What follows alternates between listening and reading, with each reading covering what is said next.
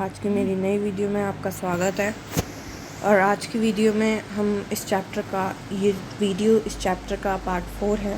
Part 3 देखने के लिए डिस्क्रिप्शन में जाएं और पार्ट 2 और 1 देखने के लिए इस चैप्टर का प्लीज़ मेरे चैनल को व्यू करें।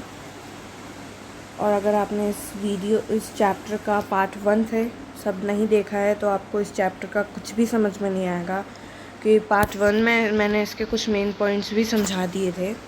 तो प्लीज़ आप पार्ट 1 को तो ज़रूर देखिएगा और प्लीज़ पार्ट 2 और पार्ट 3 को भी देख लीजिएगा। उसमें बीच के सारे क्वेश्चन आंसर्स हैं और पार्ट 3 में कुछ एक्सरसाइजेस क्वेश्चंस भी हैं, लगभग 4। ठीक है, तो let's begin with the video by Strungika Agnihotri. हाँ तो गाइस, आज हमें इस क्वेश्चन से चालू करना था, क्वेश्चन नंबर 5। तो शुरू करते हैं। क्वेश्चन नंबर 5 है, what is the physical state of water at. इसमें बोला है इस वाटर की क्या स्टेट रहेगी जब वाटर 25 डिग्री सेल्सियस पे होगा, 0 पे होगा और 100 डिग्री सेल्सियस पे होगा। तो आपको पता चल ही क्या होगा, क्या क्या स्टेट होगी। हमने कल भी पढ़ा था कि 100 डिग्री सेल्सियस पर वाटर लिक्विड हो जाता है और उसमें गैस में भी बदल जाता है। अब देखिए, जो 25 डिग्री सेल्सियस पर है, हमारे रूम टेम्परेचर के आसपास ही है, उस पर वाटर लिक्विड रहता है, तो ऑब्वियसली 25 डिग्री सेल्सियस पे भी लिक्विड रहेगा। अब आई 0 डिग्री सेल्सियस की बात। 0 डिग्री सेल्सियस पर कभी कभार वाटर लिक्विड रहता है और ज़्यादातर वैसे वाटर सॉलिड रहता है। तो 0 डिग्री सेल्सियस भी हो गया। एंड अब आया 100 डिग्री सेल्सियस। देखिए, 100 डिग्री सेल्सियस पर हमने कल भी बात की थी। 100 डिग्री सेल्सियस पर वैसे वाटर लिक्विड और गैस दोनों रहता है।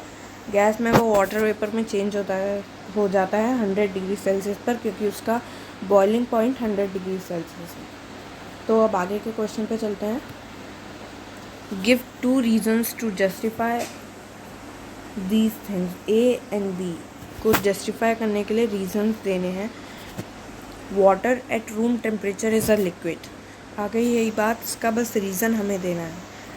Water at room temperature is a liquid because its freezing point is 0 degree Celsius and boiling point is 100 degree Celsius. मतलब इसका मतलब ये है कि वाटर रूम टेम्परेचर पे इसलिए लिक्विड में रहता है क्योंकि उसका जो फ्रीजिंग पॉइंट है, फ्रीज होने का पॉइंट है, वो 0 डिग्री सेल्सियस होता है, और जो बॉइलिंग पॉइंट है, बॉइल होने का पॉइंट है, वो 100 डिग्री सेल्सियस होता है।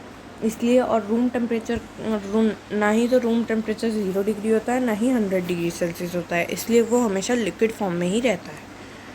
अब आगे का क्वेश्चन जान लेते हैं।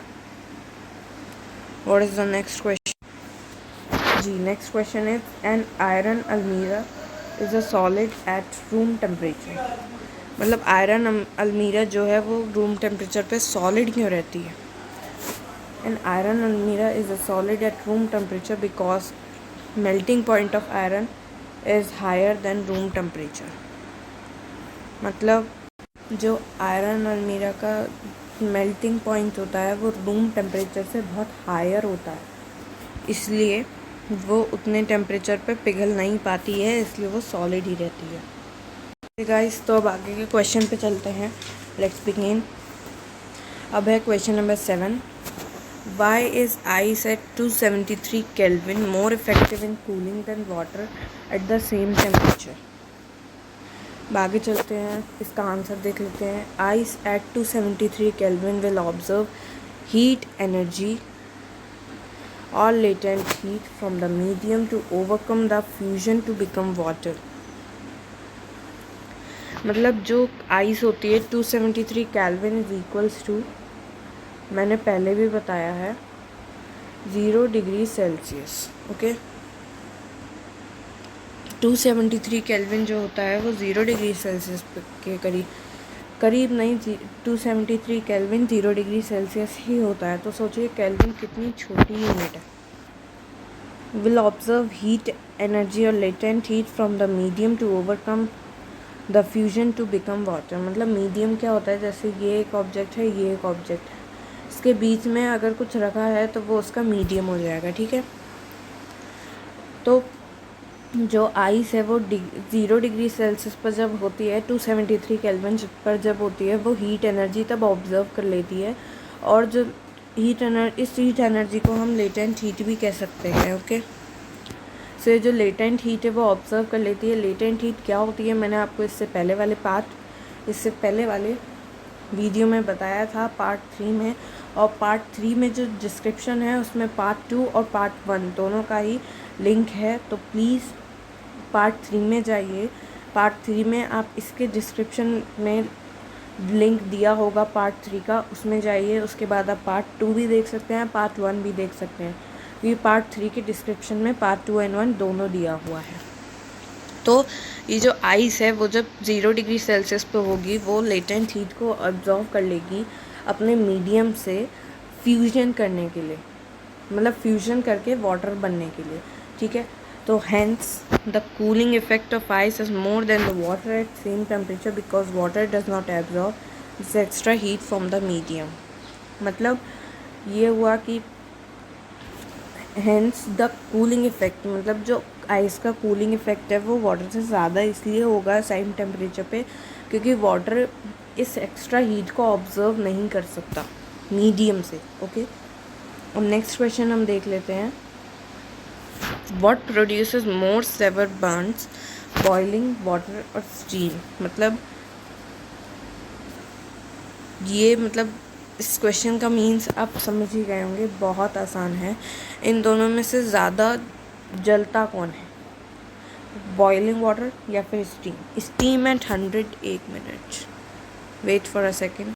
Now steam at 100 degrees Celsius will produce more severe burns as extra heat is hidden in it called latent heat, whereas the boiling water does not have this hidden heat। मतलब जो steam होती है, steam आपने देखा होगा, ये corona time चल रहा है तो इसमें स्टीम लेना बहुत आवश्यक है। तो स्टीम आप सभी लोग, ज़्यादातर लोग ले रहे होंगे, अगर नहीं ले रहे हैं तो ज़रूर लें। उसमें नीम के पत्ते भी मिला सकते हैं, हल्दी, अजवाइन, ये सब कुछ चीज़ें मिला सकते हैं। वैसे इसमें अदरक, नीम, हल्दी और अजवाइन, ये 4 चीज़ें मिला के हम स्टीम ले रहे हैं। तो जब स्टीम 100 डिग्री सेल्सियस पे होती है वो ज़्यादा बर्न्स प्रोड्यूस करती है क्योंकि उसमें जो एक्स्ट्रा हीट हिडन होती है उसे हम लेटेंट हीट भी कहते हैं।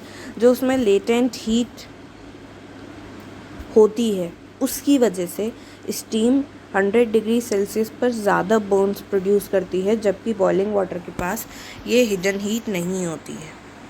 सो अब नेक्स्ट क्वेश्चन पे चलते हैं। अब ये आखिरी क्वेश्चन है। देखिए, ये एक डायग्राम दिया हुआ है आपके बुक में। अगर आपके पास अभी बुक उपलब्ध है तो प्लीज़ उसमें से देख लीजिए। Name ABCDEF in the following diagram showing change in its state. मतलब ये A है, ये B है, this is B, C, D, E and F।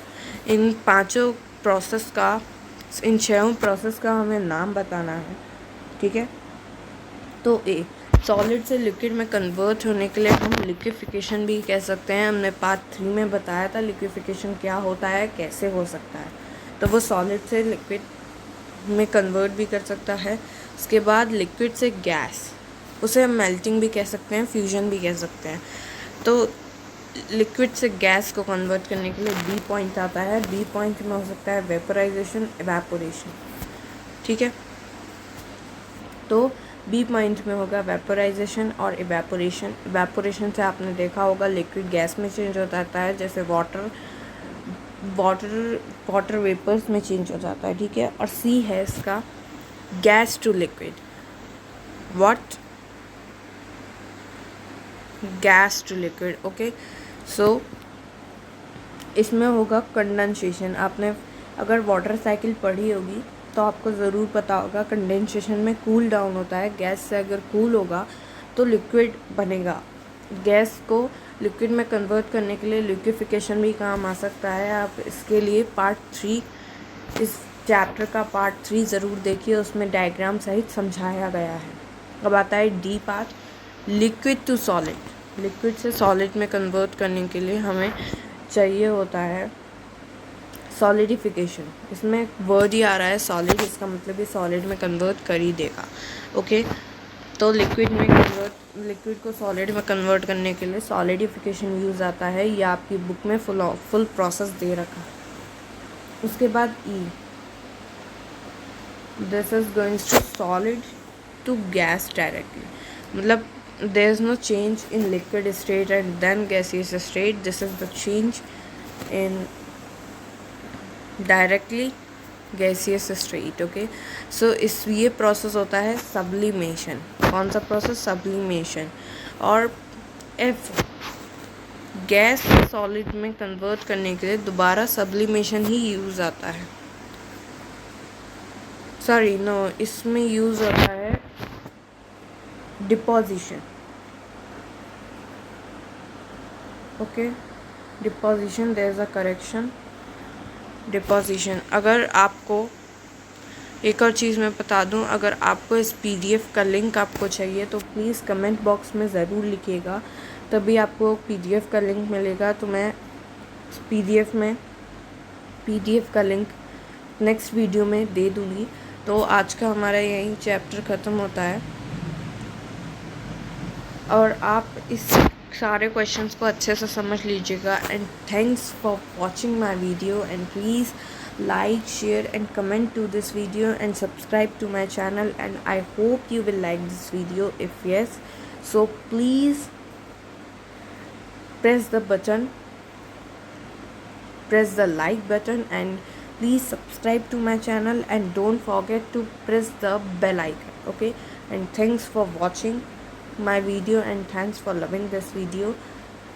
So please मेरे चैनल को सब्सक्राइब करें, इस वीडियो को जितना ज़्यादा हो सके उतना शेयर करें. So thank you guys, very very thank you. Bye bye, see you soon guys.